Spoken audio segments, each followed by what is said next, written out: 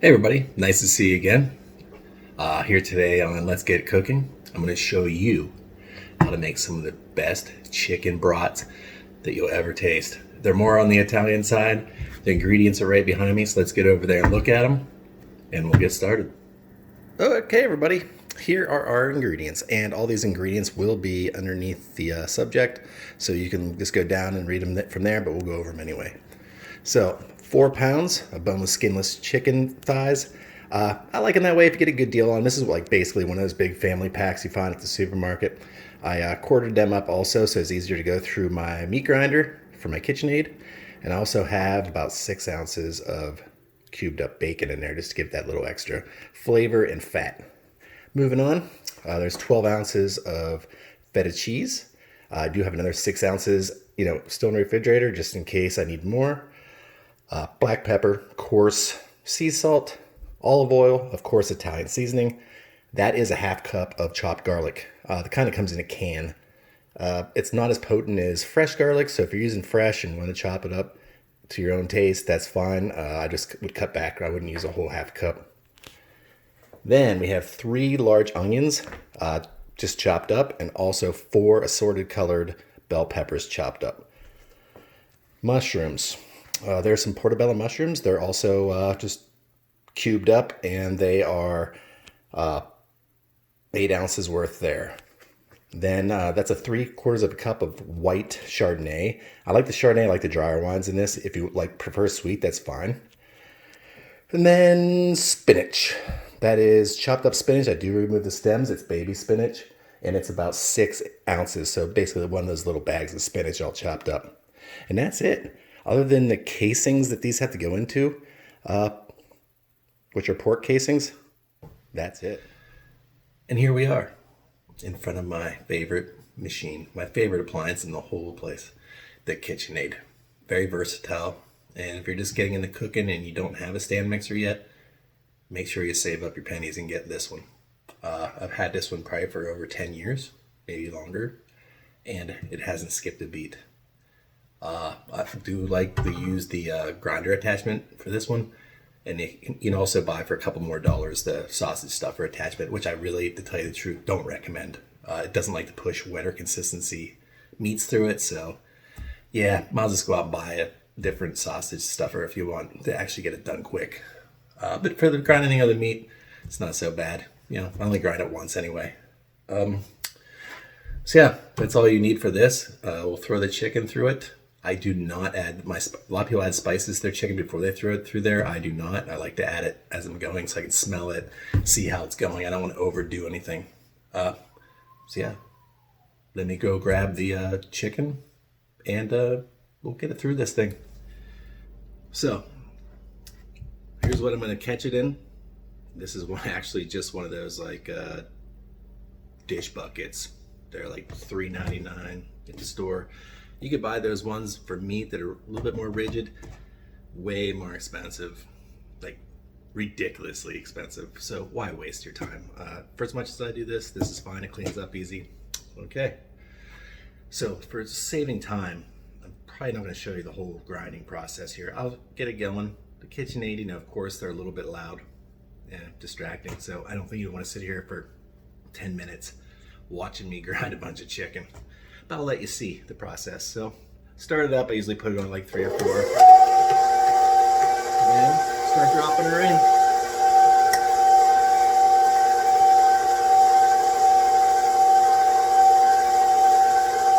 Use my little paddle. Here she comes.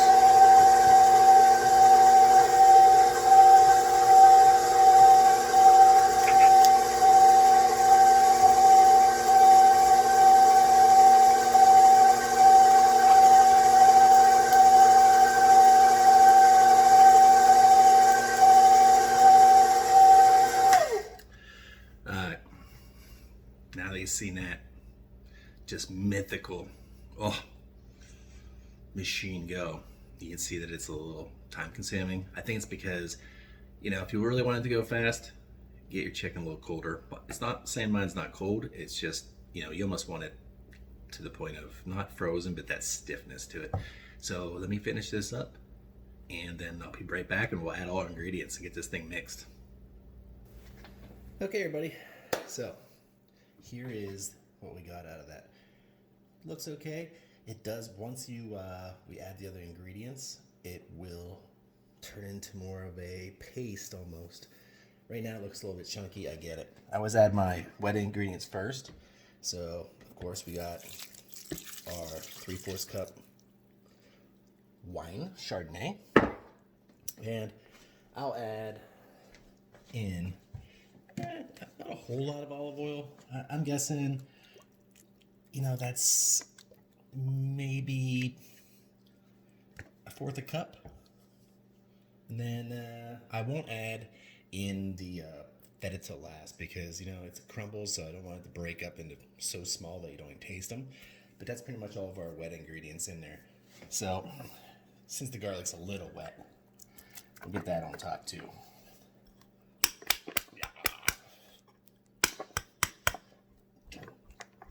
Don't leave that garlic out of there. All right. Now I'll add the mushrooms. And I know this seems like a lot of things to add to this little bit of chicken. Spinach. But once you get this all mixed up and it gets in those casings, it will be delicious. Now, here's our onions and peppers. I'm a big onion and pepper guy, so there we go. Now, I'm gonna mix all this up. I'm gonna add, I'll add the Italian seasoning here. It's gonna take up the majority of this bottle, just for this little bit, because I do like mine a little bit herby. So, we'll get, yeah, there's really not much left there. I'll save myself some though. Pepper, depends on what you like. This is all by flavor. If you don't like a lot of pepper, then don't put a lot of pepper. I do. So, I wouldn't say I do, but remember, there's 4 pounds of chicken there, so that's probably was about 4 tablespoons. Salt. Now, this is where you have to be careful, because you don't add too much, because if you oversalt something, you can't come back from it. So, right there, I would probably say that was probably 5 tablespoons too of salt, maybe less, maybe 4. And then I'm gonna mix this all up. I'll add the feta afterwards. So when I do get to the feta, I'll kind of just fold it in. That way it's not, doesn't break up any more than it needs to. But yeah, I'm gonna mix this up with my bare hands. It is cold. Hey everybody. Well, I just froze my phalanges off. Mixing this, it is cold. It will freeze your fingers till they're numb. And that's the way you want your chicken. You want it that cold when you're mixing this up. I do apologize though. I made a mistake in the recipe. I was sitting there mixing it. I was thinking, man, something's missing. There's something missing. The binder. Yep. So, 3 eggs. Just 3 regular eggs. You probably get away with 2. I threw 3 in there just to make sure.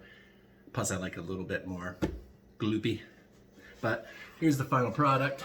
If you can see that. There you go. It's nicely melted together now. You can see little white chunks of the feta in there, which I,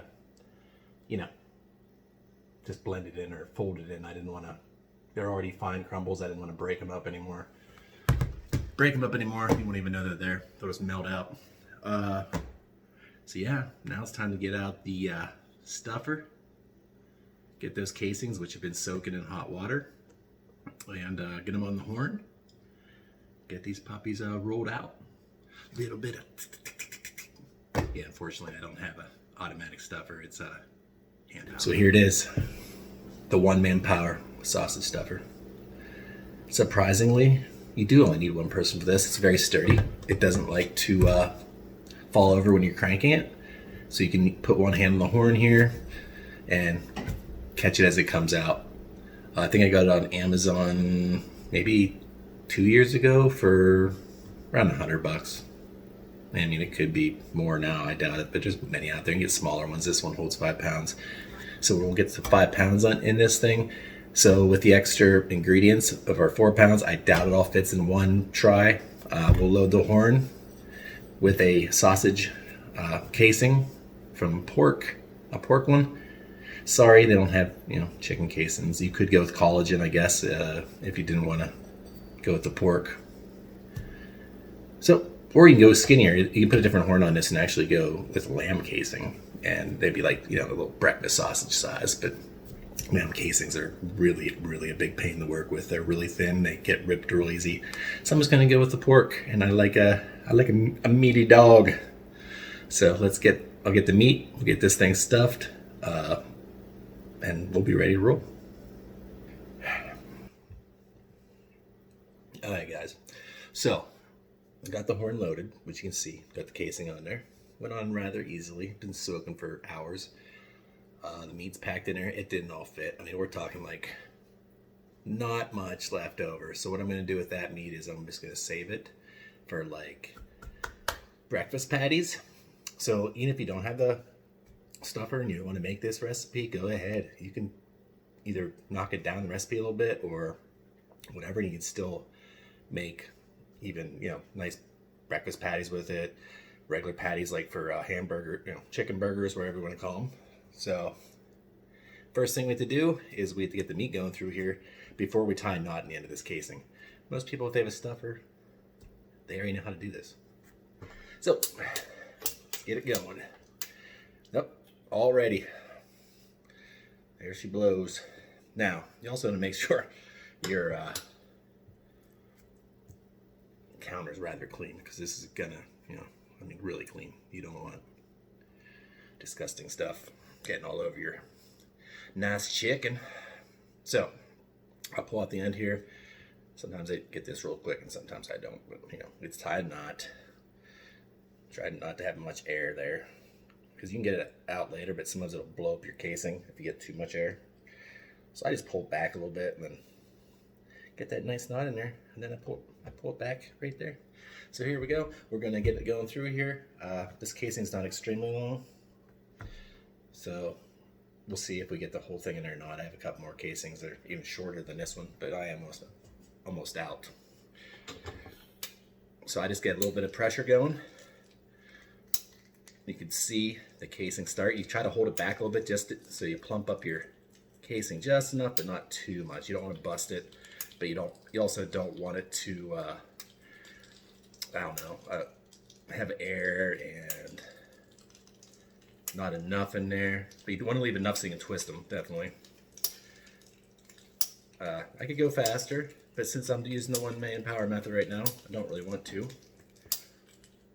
So I'm going to hold off here, get this realigned. It's starting to get out of control on there. Oh yeah, it's not playing. It's not playing with me. Okay, here we go again. So, like I said, as you twist them, they'll tighten up. So I like to leave them just a little bit loose.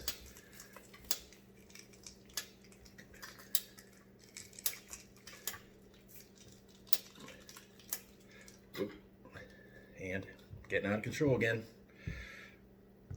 There we go. Get them all wrangled up.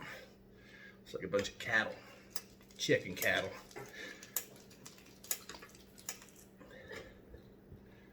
This is where it comes in handy. Look, that one's already trying to twist itself.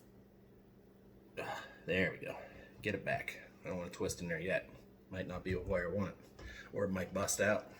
Yeah, right.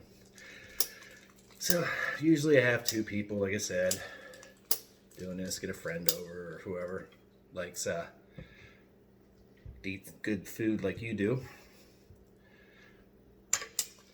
Now, the reason you don't want these real tight is because you do have sharp onions and peppers in there. We didn't cook anything down to soften it, so they can bust through this fine pig interior.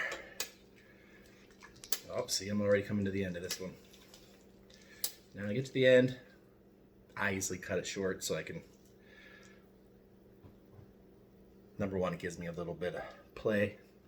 But you can see, you probably can't see on camera real well how nice this looks. I will get a different shot of it. But it looks like Christmas garland. There's so much greens and reds and yellows. It looks delicious. So what I'm going to do is I'm going to get the twist in this one. So what I do is I start on the end. Start on the end I started with, because that's the tied end. So it's not going to want to, the cobra. So I usually say, okay, that's it right there. That's a nice size casing. So I'll pinch it and twist it. Then when you pinch the next one, you go the opposite way, so it doesn't unravel the first one, but you kind of hold the first one. Once you get going, these will twist a lot easier. You're just trying to remember which way you're going. So away, ooh, something sharp there. Towards. Is that even a word? Towards. Away. Yeah, they're not even. That's what makes them homemade. And then towards. Towards. The more I say it, the stupider it sounds. Well, this one's already, that's a long one. We'll just let him keep being long. Away. Towards. I can't even say it now. It's messing with me. Away. See how they're getting tighter and tighter? Towards. Ooh, this one's a dangerous one. I can feel it almost wanting to pop there, if you know what I'm saying. And this one will split right in half. Towards. I think it was towards. Oh, it wasn't. Look at that. Guys got me out of rhythm. Now, I should just be able to take these and wind them right back up. That's why once you get a little water on the counter, especially these cheaper counters, everything just spins around on them, and there you go. A nice, here, let me move this down for you. A nice chicken brats, already done. Look at them. If you can see it, the different colors, beautiful. Once these cook up, you have no idea.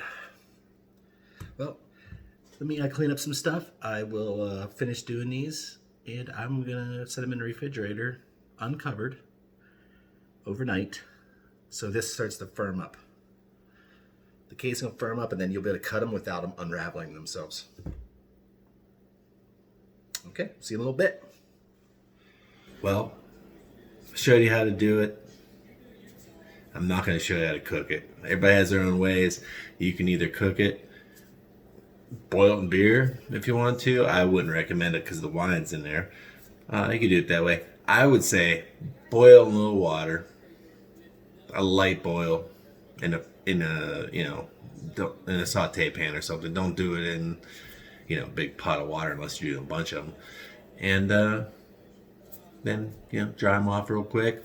Throw them on a grill, throw them in another dry pan, fry them up, get a little, brown caramelization on there. If you like my videos, there's many more to come. Subscribe, and I'll see you there, and we'll get cooking.